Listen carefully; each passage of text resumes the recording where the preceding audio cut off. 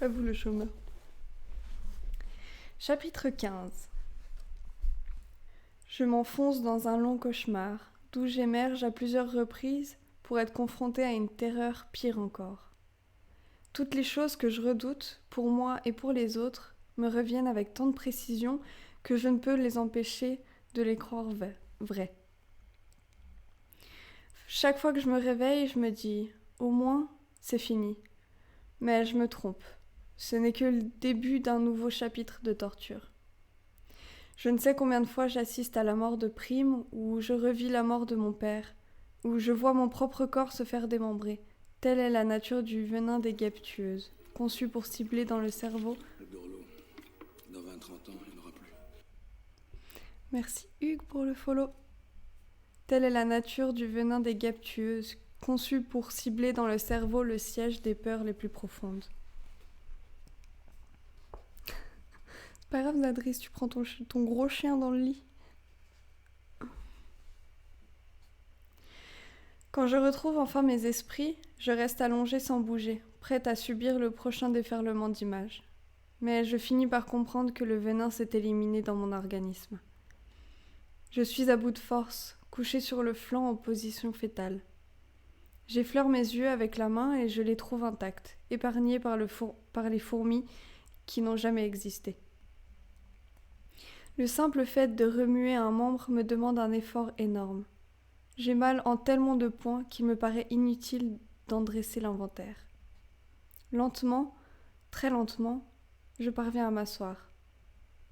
Je me trouve au fond d'un creux, non pas rempli de bulles bourdonnantes comme dans mon hallucination, mais de feuilles mortes. Mes vêtements sont trempés, d'eau croupie, de rosée, de pluie ou de sueur, allez savoir. Pendant un long moment, je ne fais rien d'autre que de prendre des petites gorgées à ma gourde et regarder un scarabée ramper sur un buisson de chèvrefeuilles. Combien de temps ai-je perdu à divaguer ? C'était le matin quand j'ai perdu la raison. Nous sommes maintenant l'après-midi. Mais d'après la raideur de mes articulations, il a dû s'écouler au moins une journée, voire deux. Si c'est le cas, je n'ai aucun moyen de savoir combien de tribus ont survécu à l'attaque de mes guêpes. Pas Glimmer, ni la fille du district 4. Mais il y avait aussi le garçon du district 1, les deux tribus du district 2 et Pita. Ont-ils péri sous les piqûres ? S'ils sont toujours en vie, leurs derniers jours n'ont pas dû être beaucoup plus agréables que les miens. Et qu'en est-il de Roux ? Elle est si petite qu'il suffirait sans doute d'une seule piqûre pour l'éliminer. D'un autre côté, les guêpes n'avaient aucune raison de s'en prendre à elle. Et puis, elle avait une bonne avance. J'ai dans la bouche un goût infect, de l'eau que l'eau ne suffit pas à faire passer. Je rampe jusqu'au buisson de chèvrefeuille. J'en détache une fleur, j'arrache délicatement l'étamine et je dépose une goutte de nectar sur ma langue. Le goût sucré se répand dans toute ma bouche, au fond de ma gorge, me réchauffant avec des souvenirs d'été. Je revois la forêt par chez nous et Gale à côté de moi. Sans que je comprenne pourquoi, notre discussion de ce dernier matin me revient en mémoire.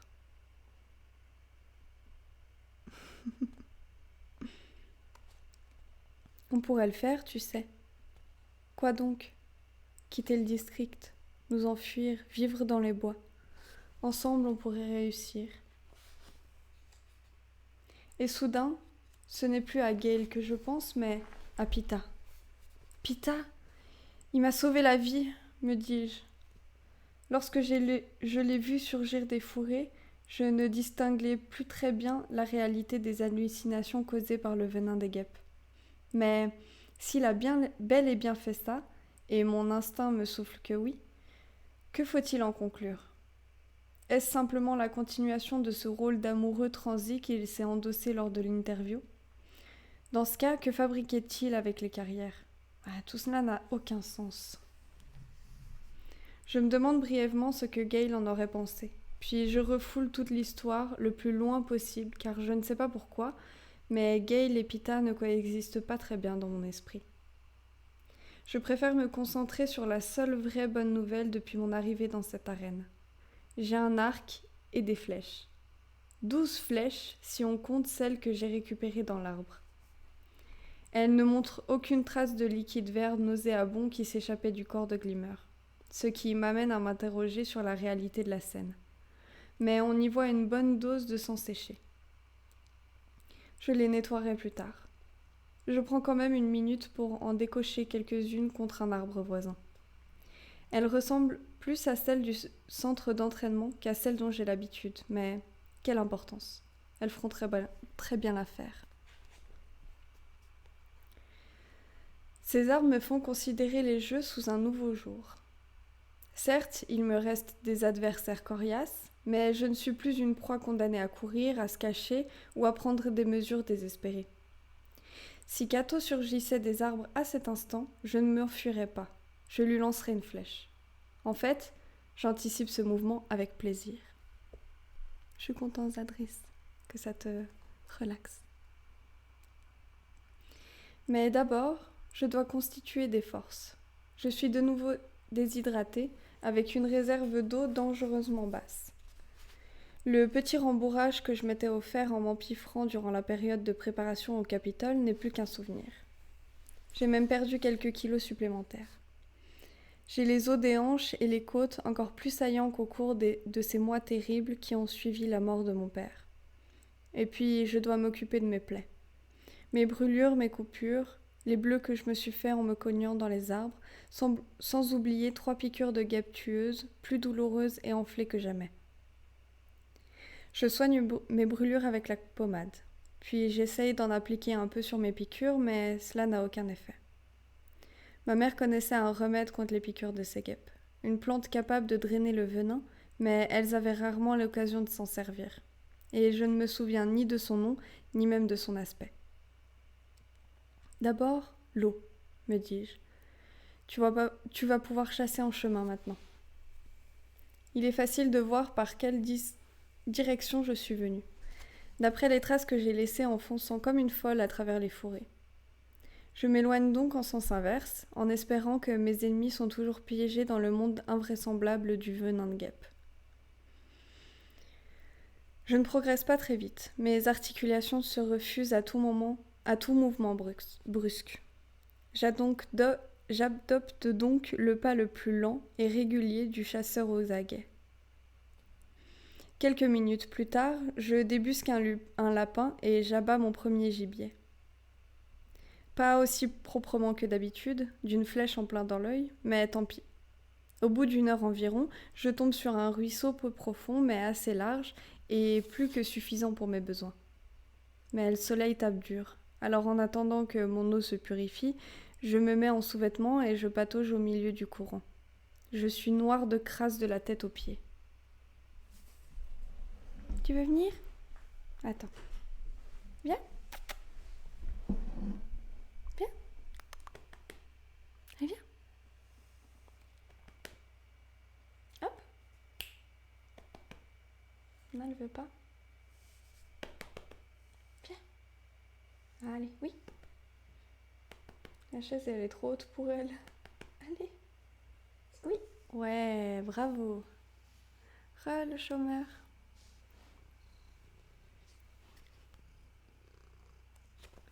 J'essaye de me débarbouiller, mais pour finir, je me contente de rester couchée quelques minutes dans le ruisseau en laissant l'eau laver la suite. Le sang et la peau morte qui commencent à se détacher de mes brûlures. Après avoir rincé mes vêtements et les avoir mis à sécher sur un buisson, je m'assois un moment sur la berge, au soleil, et démêle mes cheveux avec les doigts.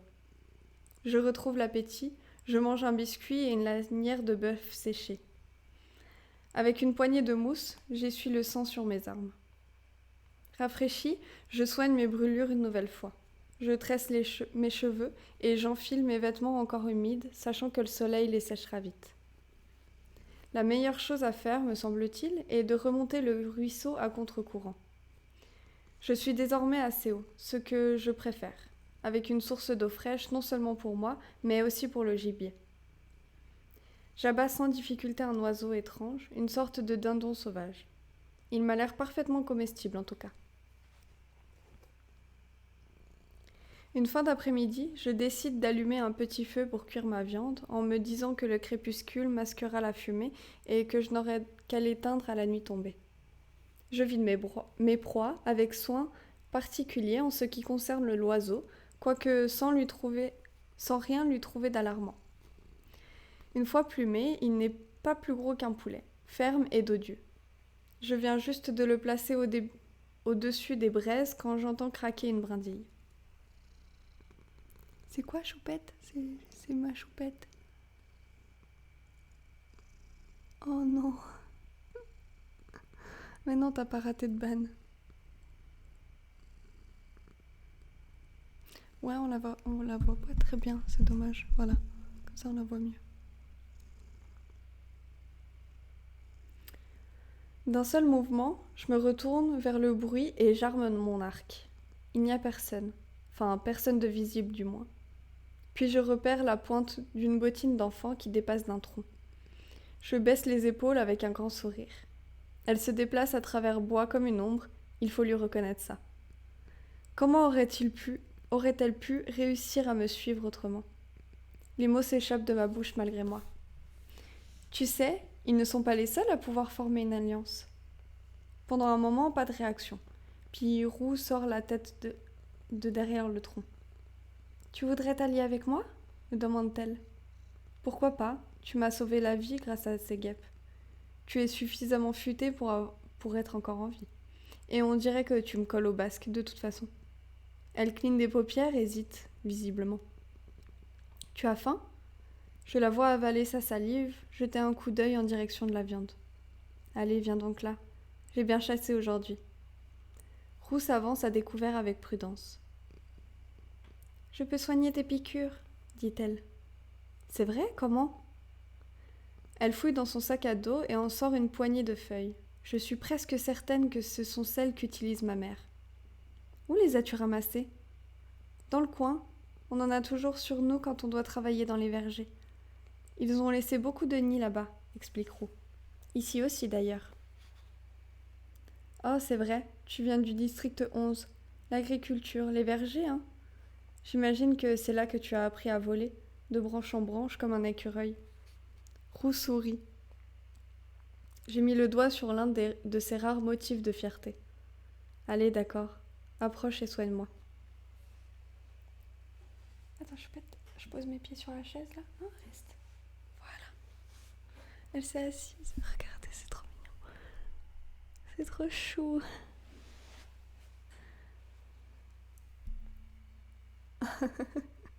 Grave le chômeur. C'est bien comme ça, non? Le cadre. Je me laisse tomber près du feu et je retrousse ma jambe de pantalon au-dessus du genou. À ma grande surprise, Roux enfourre la poignée de feuilles dans sa bouche et se met à mâcher. Ma mère emploie d'autres méthodes, mais il est vrai qu'ici les options sont limitées. Au bout d'1 minute environ, Roux m'applique sur le genou une bouillie verte de feuilles et de salive. Ah, je soupire malgré moi. C'est comme si les feuilles aspiraient la douleur hors de la plaie. Roux lâche un petit gloussement. Choupette, elle monte son cul. Une chance que tu aies pensé à retirer les dards, sinon ça aurait été bien de pire. Occupe-toi de mon cou et de ma joue, je supplie presque. Roux mâche une autre bouchée de feuilles et bientôt je suis en train de rire tant le soulagement est palpable. Je remarque une longue brûlure sur l'avant-bras de Roux. J'ai un truc contre ça. Je pose mon arc et lui applique un peu de pommade sur le bras. Oh, tu as de bons sponsors, murmure-t-elle avec envie. Tu n'as rien reçu, toi? Elle fait non de la tête. Ça viendra, un peu de patience. Plus nous approchons de la fin des jeux, plus les gens verront à quel point tu es maligne. Ça se voit, elle est violente, t'as vu? Ça se voit, c'est un chat d'attaque. Je retourne la viande. C'était sérieux, l'idée de l'alliance? Me demande Roux. Oui, absolument. J'imagine Mitch en train de s'arracher les cheveux en me voyant faire équipe avec cette gamine. Mais je le veux, C'est une survivante, et j'ai confiance en elle. Et pourquoi ne pas l'admettre? Elle me fait penser à Prime. D'accord, dit-elle, en tendant le bras. On se serre la main. Marché conclu. Tressé par le FBI.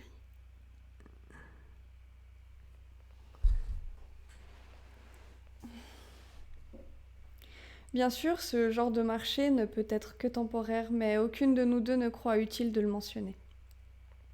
Roux apporte sa contribution au dîner sous la forme d'une grosse poignée de racines farineuses.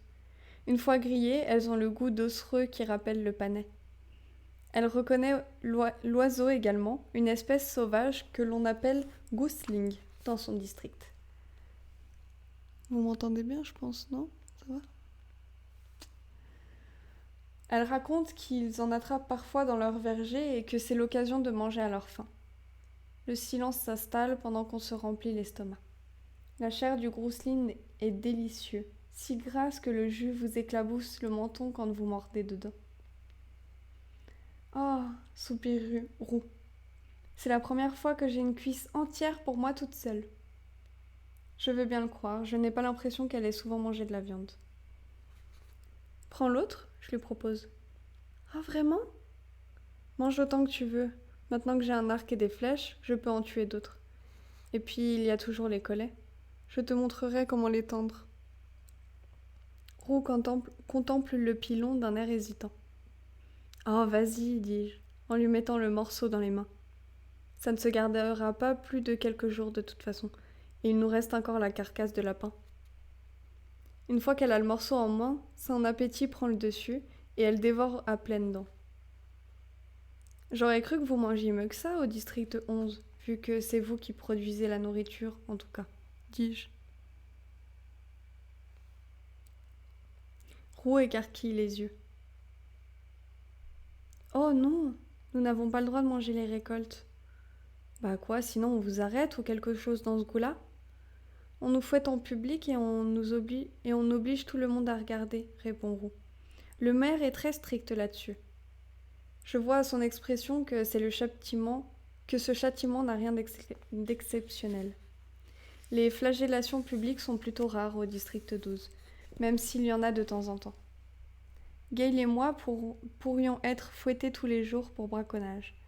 À vrai dire, nous encourrons bien pire, sauf que les autorités sont nos meilleurs clients. Par ailleurs, notre maire, le père de Madge, ne semble pas beaucoup apprécier ce genre de démonstration. Peut-être y a-t-il certains avantages à vivre dans le district le moins prestigieux et le plus misérable et le plus décrié du pays.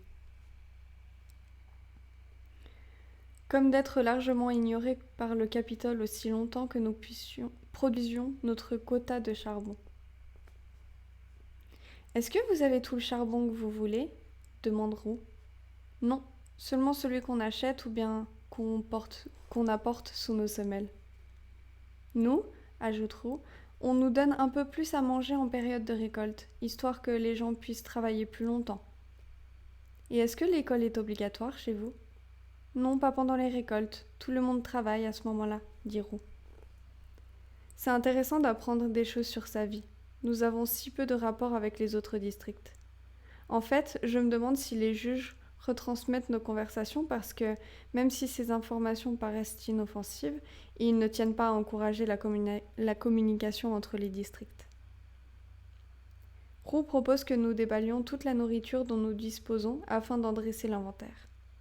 Elle a déjà vu mon gibier, mais j'y ajoute mes derniers biscuits et ce qui me reste de bœuf séché. De son côté, elle a ramassé une sacrée quantité de racines, de noisettes, de végétaux et même des baies. Je fais rouler entre mes doigts une baie que je ne connais pas. Tu es sûre qu'elle est comestible?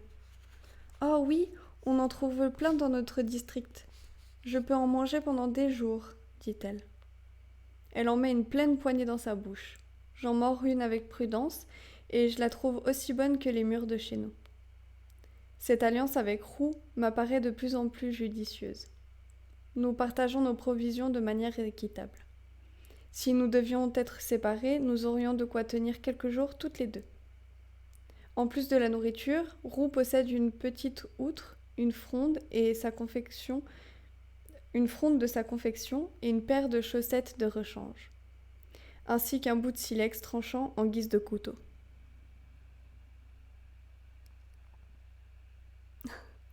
Non mais au Nimbus, j'avais mis un... Comment ça s'appelle?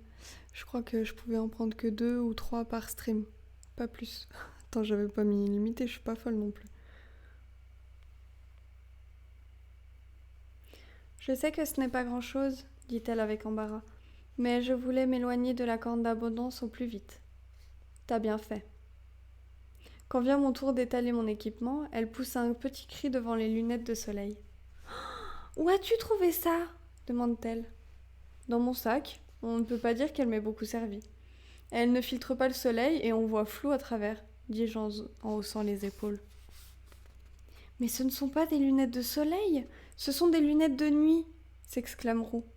Parfois, quand la cueillette se prolonge tard le soir, on en passe quelques paires à ceux d'entre nous qui vont dans les hautes branches, là où les projecteurs n'éclairent pas.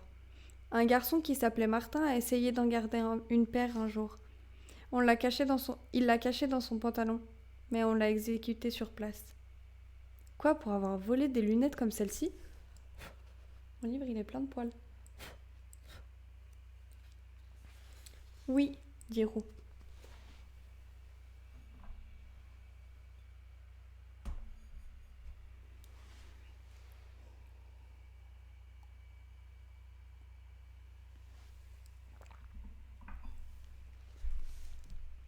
Pourtant, tout le monde savait qu'il n'était pas méchant, juste un peu dérangé. Je veux dire, il continuait à se comporter comme un gamin de 3 ans. Il voulait jouer avec, c'est tout. Quand j'entends ça, j'ai l'impression que le district 12 est un havre de paix. Bien sûr, on y meurt de faim tous les jours, mais je n'imagine pas les pacificateurs y assassiner un enfant attardé. Je connais une gamine, une petite fille de Saïboui, qui traîne toujours à la plaque.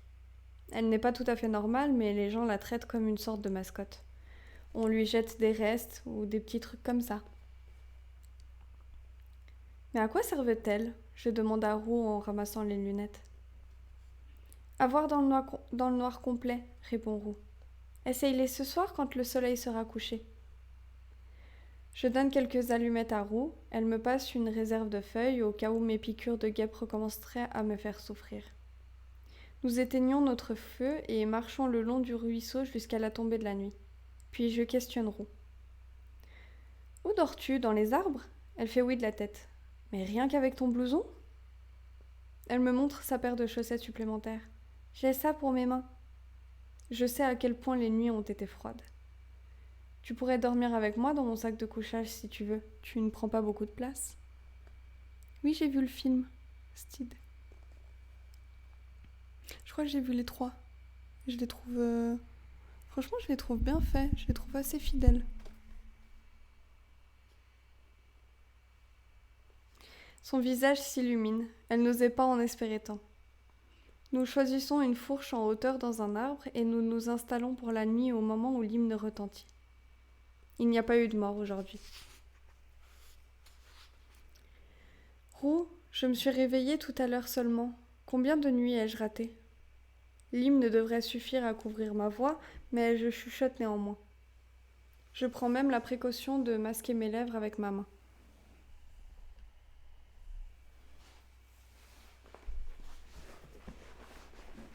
Ok, le parti, je me réinstalle comme il faut.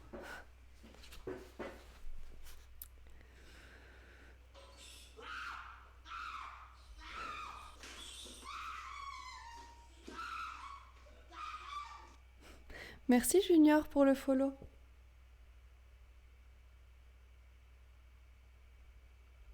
Je ne veux pas que le public sache ce que j'ai l'intention de lui dire à propos de Pita. Elle prend exemple sur moi et me répond sur le même ton. 2, dit-elle. Les filles du district 1 et 4 sont mortes. On n'est plus que 10.